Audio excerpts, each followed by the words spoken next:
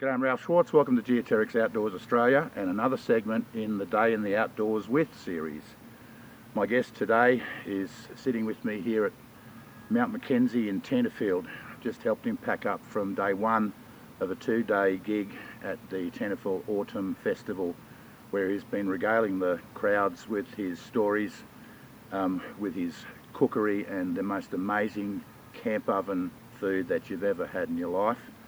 He's known Australia and possibly internationally wide as one of the best camp oven cooks in the world, definitely Australia. He's been doing this for quite some time, not only giving presentations on a regular basis through tours all around Australia, but a noted publisher of bush poetry and a performer. He's left that behind and really made a huge mark. I wonder if you can guess who I've got on our show today. Let me introduce you to Ron Wilson, also known as King Brown. Welcome to Geoterrics Outdoors Australia. Thank you. Sonia pointed out that you're going to be in Tenterfield when we're in Tenterfield, which is home country for us. Yeah. And I thought, yeah, what a great idea. Let's get in touch. Yeah. And you got straight back to me. Thought it was a great idea. Yeah, fantastic. Thank you very much. So for the people who are watching my channel who don't know who you are and what you do, can you give us a bit of an intro, please? Yeah, sure. Yeah. Well, basically, I'm known as King Brown. I have a business called King Brown Camp Oven Kitchen, which over the years has catered for many thousands of people, weddings, birthdays, you name it, divorces. I've done the whole lot.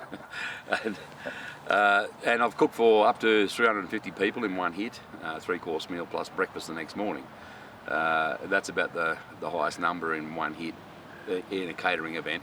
But I also travelled the radio circuit doing Mount Isa radio and Warwick radio and cooking camp oven food live in public and selling the food to the public there. Fantastic. And so it's developed from there to doing cooking demonstrations. And primarily that's what I do these days, is teach people how to use a camp oven. Fantastic. And not burn the food. You've got to burn to learn, though. Yeah. So how did you get started in the whole camp oven thing? Yeah, okay. Well, I actually bought a camp oven for myself from a local disposal store when I was about 16-year-old or a bit younger. I was heading out to Burke to do some work on basically going looking for adventure and excitement. And for Christmas that year, my grandmother, knowing that I was interested in the camp oven cooking, bought me Jack Absom's famous Outback Cooking with Jack Absom camp oven book, and I just fell in love with the colour photographs, not the recipe so much, but the colour photographs of the camp ovens and the red dirt. And I was just, wow, look at that, that's beautiful, you know. And so here I am out there burning food for the next 10 years in camp ovens. Like you say. And loving every bit of it. Yeah, you know? Good on you. Hey, talking about Jack Absalom and various others, and we talked in the car, who were your main influences that sort of... Yeah, well, Jack was for sure, and I was lucky enough to meet him and get to know him later on in life, and he was a terrific guy. He took me under his wing a bit, and real character. Yeah. He's definitely a real character. Off camera. Yeah, and I loved his art. He was actually a fantastic artist, and one of my biggest regrets is not buying some of his art back then. I bought some of the other Broken Hill artists when I was out that way as a younger man, and quite glad I did. And they survived the flood too, by the way. I was pretty happy with that. Yeah. But the other one would be was before that, was the Leyland Brothers. Yeah, and, right. Yeah, I grew up watching that TV series and just going, wow, look at that Outback Australia stuff. That's pretty cool. I want to do that. And look, if you look at it in today's values, the production values were sort of... He was pretty ahead of his time. There's no question about it. He nailed it. And it was interesting content and just fantastic scenery. You know, it had me hooked. And a few years ago, only probably 3 years ago, I was lucky enough to meet Mal. Yeah, we both, I remember. Yeah. Swapped a story. Yes. What a great guy, eh? Terrific fella. And I bought his book and got him to sign it. And we were both performing at the same venue as entertainers. So I got to share it, like basically the platform with him at the time. It was great privilege. When we met him, they fed us that homemade pasties and told us stories about the studios. And the network and all that sort of stuff. He's quite giving personality. Yeah. Any others along the way? No, that's probably it. Just things like my grandfather. He was a real bushy, and I was very well read. I love the Australian outback stories. Yeah. A.B. Facey, I think it was, and all the way back I'd read I Can Jump Puddles from, was it Alan I've forgotten his name, but anyway, it's a long time ago. And all them old Australiana books, I read them and devoured them, and I had full of ideas. Like, there's adventures out there. I've got to go get some, So off I went. Fantastic. You mentioned on the way up here in the car that you are a published poet as well. Yeah, absolutely. Can you give us a little bit of background there? Yeah. Well, I always had. I've been writing poetry since I could write. Yeah, It just came natural to me. It was a natural thing to me, and I was well versed with Henry Lawson and Banjo Patterson and William Ogilvy and all the Australian poets, and so I got heavily involved with that just through writing, and I was living in the outback, and it's so artistic out there, the scenery and that, it's just conducive for that, to bring that out of anyone, and they encourage it out there too. It was well encouraged, and so I sort of found a platform out there locally, and then all of a sudden I'm standing up in front of people with a microphone, and I'm doing it quite regular, and getting a bit of a name for it, and I travelled around quite a bit in my early days doing that. And as King Brown? No, not at all. And just as Ronnie and the Bush Poet. But I was the king of the Bush Poets. Good on you. Yeah. And I gave it up after a few years, believe it or not, because I just was a bit stage fright. Yeah, wow. I wasn't comfortable being up in centre stage in front of so many people. Wow. Yeah. So how did King Brown, the name King Brown, come about? Well, I tell about 5 or 6 different stories about that.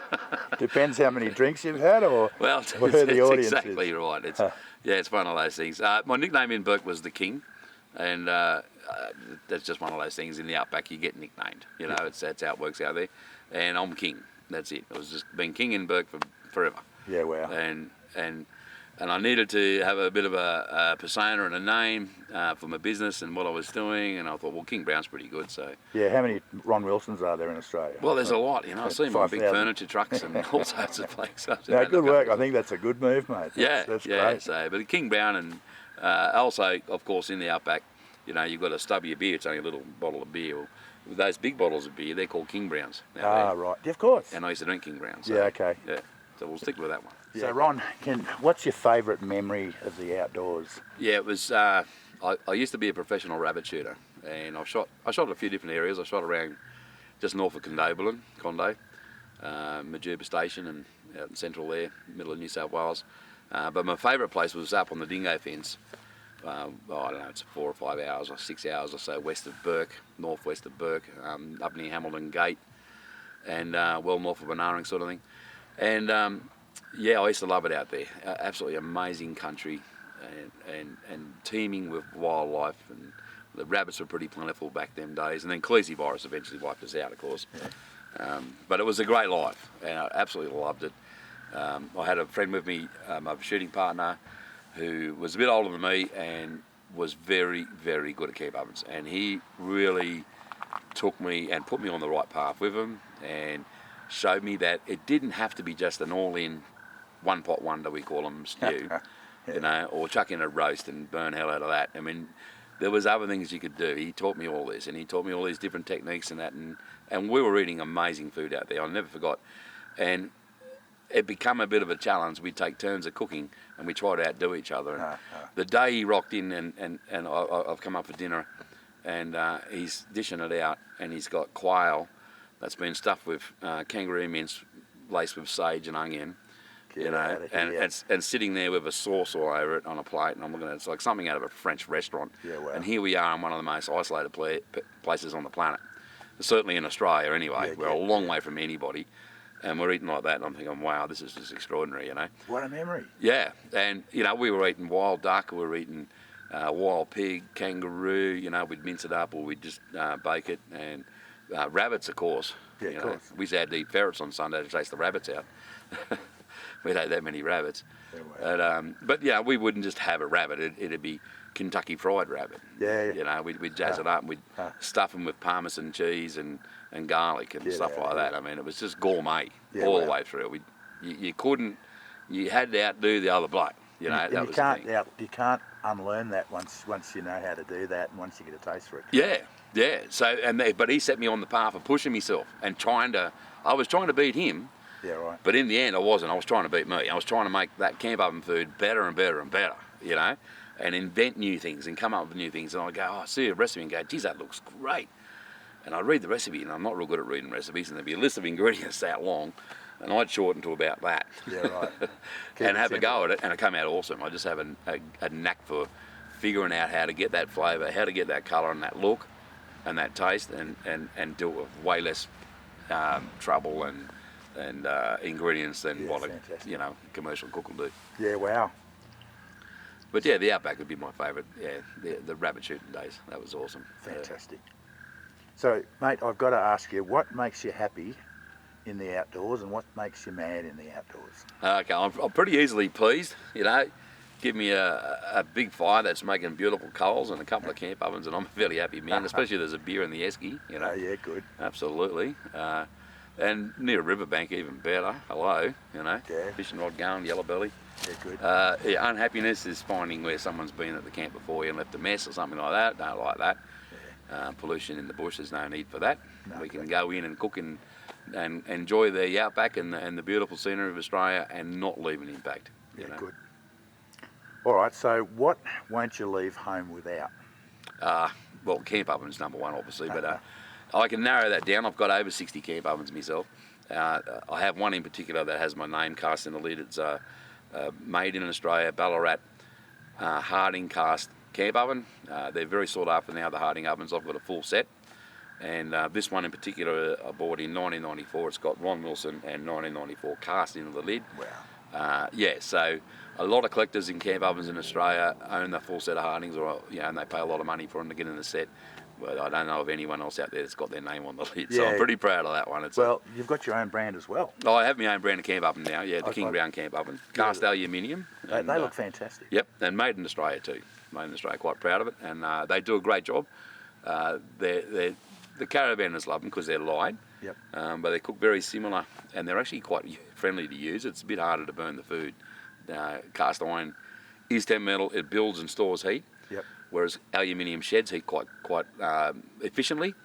So if you make it too hot, it's moving the heat, and it's not burning your food. So it's a little bit more user friendly, very easy to clean. They don't rust after season them. They're low maintenance things, and the caravanners in particular love it because of the weight. I noticed on quite a lot of your stuff that I looked at in the research. It looks like you wouldn't go very far without a hat, or especially that hat or some other's hat. That's right. Yeah, I love my Cobra hats. I've been wearing them since I was a kid. And many years ago, I started with this type, which is an Cobra Bronco, and I've bought every one of them from the local menswear down here, Flanagan's. In Tenterfield. In Tenterfield, every single one. Yeah, wow. And I went down this morning to buy a new one because, as you can see, this one's it's getting close. It's got a few years left in it, but I thought I might get a nice shiny new one to wear out in case I want to impress somebody somewhere. But they had my size, but it was in white, and I just can't wear a white hat because camp ovens are a bit dirty. So you might have to be Pope brown after that. With a white hat. It wouldn't look right. No, hey, I've got to say, Flanagan's in Tenterfield. I've got Sonia's last one there. I got my two last hats there. Yeah, well, I don't throw a hat out. I retire them. Yeah, but they get hung up. So there's a wall of fame of the hats. Gotcha. And they're all got a story? Similar but slightly different. That I wear them a little bit different, and I decorate them a little bit different. So they're not all exactly the same. And of course they've all got plenty of stories, but they're sworn to secrecy. What happens around the campfire stays around the campfire. Absolutely. Yeah. Is there anything else you wouldn't leave, or you wouldn't go to the outdoors without? Oh, a cigarette lighter for sure. I've got a lot of fire, but Good on you. No, my camera. It'd be my camera. I love. I've been a professional shooter. I could go the rest of my life and never kill another thing. I never did that for fun. That was my job. Yep. And we were shooting rabbits and wild pigs and things like that. But I've made most of my money out of the rabbits. And speaking of shooting, that sounded like a gunshot just there. Something not right. So anyway, but no, I love me cameras and photography, outback scenery, fires, anything. Bush characters. I just love point and shoot and take some photos. Fantastic. So we've talked a little bit, and I know that this is your day job. So a whole lot of people are going to be very envious. That you actually get to do what you love. Yeah, it took me 35 years to be an overnight success, but But you're living the dream. I got to say, I admire that so much. And I had a lot of hard years. I worked hard jobs, long hours in the outback in horrible conditions and temperatures. I lived in a swag for 7 years or more, and people ask me to go camping. I was like, I'm quite happy in a bed at the moment, but I still love going out there, and I still go out in the bush and enjoy it, and that's for sure. But you mentioned you had a hard life, for so long. Yeah. But you've just gone through a bit of a personal tragedy with the floods in your local town. Yeah, well, that's right. Caught up in Floodzilla 2022 in the Lismore area. You might have heard of Lismore being washed away, and I live downstream of that, a couple of villages down. Yep. As you go down the river, you've got Coracai, then Woodburn, then Broadwater. And I was in Broadwater. Actually, not in Broadwater. I was across the river from Broadwater on a farm there. Been there 16 years. And in 1954, that house had 6 inches of water through the floor. So I packed everything above that height, thinking I'll be out for 2 days and I'll be back in, throw the carpets out, and probably lose the washing machine or whatever, and everything else will be all right. It was 8 days before I could get back in, and it went over the roof gutters and took out absolutely everything I owned. Okay. So yeah, except for the camp ovens, and I think the only reason the house was still there because I had so much cast iron in there. It floated up and then settled back down, and not quite the same. Fair dinkum, that's a story and a half. Yeah. So you weighted it down enough with. I saved the house, but the house is still gone. Yeah. No, tragedy. On a grand scale down there, and I don't know if you heard me say today in the show, I don't like to be called a flood victim. Exactly. I'm a flood survivor. Yep. You signed the recipe book, Floodzilla 2022. Yeah, well, Survivor. that particular book, and I had one box out of 900 books, out of nearly 1,000 books, I had about 50 or 60 books that survived. Yeah. And so I've signed all them Floodzilla Survivor 2022. I hope you sold a few at the I sold them all. Oh, good. They're all gone. Yeah. That's why I jumped in to get one for the old farm. Tenterfield, they love their camp ovens up here, that's for sure. Yeah, fair dinkum. Now I've got to say, I watched the first show that you put on, and your rapport with the audience. You said it was pretty tame today, but I was just in awe of. They were good crowds, and I was thoroughly enjoying myself. But I think a little bit mentally, I'm off key a bit. I've done a couple of shows. I did an expo just recently, 2 weeks ago. It was my first gig back since losing everything in the flood, and I've been through some hard times down there. I'm getting myself back on track mentally, and this is how I do it: is go back to work and do what I love doing. 100%. Yeah. Getting into the outdoors is... And I'm away from mud, because it's still all mud down there. There's we're raining every day, it hasn't dried up, and it's pretty bad conditions. So travelling and having fun cooking. But the rapport of the crowd, that's interesting, because I gave up doing the bush poetry scene because I wasn't comfortable on stage. And now look at me, that's what I do. But you're a comedian. I was hired to do. They asked me to go to a big event in Brisbane, and this event goes for 6 days. It's a large event, and they wanted me to just sit there and cook, or stand there and cook food, and answer any questions as people were walking past, and if they ask a question, answer it. So all right, so I'll do that. So I'm standing there and I'm cooking dampers and stuff, and I looked up and the bloke had his hand up, and I said, "Yeah, mate, what do you want?" And he asked me a question, and I went, "That's a really good question." So I started answering that question, and before I knew it, 10 hours had passed and I hadn't stopped talking. Wow. And I'd been cooking all day and answering question after question, and I just kept going, because it's really easy to talk about something that you love and that you're good at. So you're natural. It's clearly you love the crowd and they love you back. And showing people and teaching people how easy it is to use a camp oven. That's what I love. I'll do it and make it look easy, and I'll tip out these beautiful, perfect bread rolls, and they go, "Oh wow!" And I go, "But you saw me do it."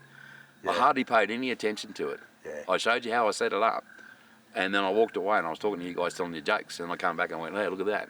So you all go, "Wow," So how did this comedy, like, I've got to say, there's such a light. Eggs? No. Security? No, you don't put eggs. If you put egg in it, you turn it into a cake. Okay? Milk I can allow. Anyone else made a damper with any other sort of liquid? Lemonade? Yeah. All right. Anyone else used anything else? Beer? Security to the King Brown tent immediately. They're putting beer in the tampers again. This comedy, like, I've got to say, there's such a light-hearted touch to what you do. You're throwing flour in and and you're throwing, you know, I got one rule to life is you don't laugh at anybody. You got to laugh at yourself. Yeah, sure. You know? And everyone's laughing with you. Yeah, that's what it. I was doing. I was laughing. I couldn't help I myself. never run out of material. You know, so I just seem to have that sort of a life where things are constantly happening that are a little bit bizarre, and possibly I put myself in those positions. So I meet interesting people, and you know, I can relate to that. pretty much everything I tell, there's a slight bit of truth there somewhere, you know. Like, Don't let the truth get in the way of a good story. I won't let the truth get in the way of a good story. No, it's the Aussie tradition to do. Yeah, 100%. Yeah. No, fantastic. So Ron, what's the future? Where do you see yourself in 5 or 10 years' time? Have you got any plans that you might like to share with us on the channel, or where you think you might be going? More of the same for sure. Okay. Edutainment, I call it. Edutainment. Yep, which is education and entertainment, combined together, and using the camp ovens as the medium. But I'd like to do more with the camera and YouTube. I've got a YouTube channel, King Brown Camp Oven Adventures. Yep. Like and subscribe. Yeah, fantastic. I'll put the link in the description, of course. Fantastic. There's 20 or 30 videos up there already, and there's recipes up there and stuff. But I want to start documenting some of my travels and the interesting characters I know and meet when I'm traveling. And some of the interesting places in the outback that you don't get to see on some of the more bigger commercial, productions. Every little place has got a story. Every little place has got a ghost story, or a riot happened, or something interesting happened. The bushrangers, and I know a few of them through my travels, and I'm going to go out there and seek them out and say, look, this is a little place here. No one knows about it, but something interesting happened here, and highlight that. Fantastic. So that's just more of the same, but with more of this sort of meeting with the cameras and fantastic. Yeah. And as much of this audience stuff as I can, because I just love getting in front of people and like I said, showing them how easy it is to do. Beautiful food while they're out camping. Well, look, I stood there for 30 minutes and tasted the cappuccino damper that you did with dates, whipped cream and marshmallows, and I went, bullshit, this is fantastic, absolutely. It's the next level, and that's it, I'll try and get a recipe, and then I'll make it as good as I can, and then I'll look at it and go, righto, now what can I do to make that better? Fantastic. And then I'll come up with these ideas, so it's not hard to be creative, I don't think. Well, for some people it is, but obviously for you it's like falling off a log. Please don't fall off the log. No. Oh, fantastic. That was a real pleasure having a chat with King Brown up here at Tenterfield's Mount Mackenzie, beautiful bush area around here. Not only did I have the opportunity to ask him the questions that we've got on camera, but we spoke down at the park, spoke on the drive up here just to get to know the personality. I think we've found kindred spirits. I think I need to work on my beard a bit more. It's putting me to shame there. And I think we're going to have some adventures in the future. I think. In other words, you want me to cook? Well, I can pitch the tent. Right. That's fine. I'll get the wood and the water. Hey, we've got to. I'd be happy to. It'll be awesome, actually. I think it'll be great. And this is a beautiful area to be doing it in as well. Fantastic, beautiful part of the world. I'll put King Brown's link here and the Geoterrics link there. We'd love you to subscribe. Give us a like and a thumbs up. That'd be great. Leave us a comment, either for me, but hey, for King Brown. Any questions you've got? The man is a walking encyclopedia of camp oven cookery. You got to burn to learn, and I've burned a lot, so that's why. I learnt more about camp oven cooking in the hour that we were watching the show than I've learnt in my whole life before. This guy's the genius. Hey, so subscribe to his channel, pop over to his Facebook page, and you've got the Instagram sort of... Instagram, King Brown Camp Oven Kitchen on Facebook, and King Brown Camp Oven Adventures on YouTube. But his website has the links and the little shop. campovenkitchen.com.au. Yeah, and buy his book. It's fantastic. I flicked through it and I couldn't believe some of the stuff, and I used some of your recipes. I think it's going to be fantastic. So, hey, listen, thanks again. I appreciate your support, and thanks for watching.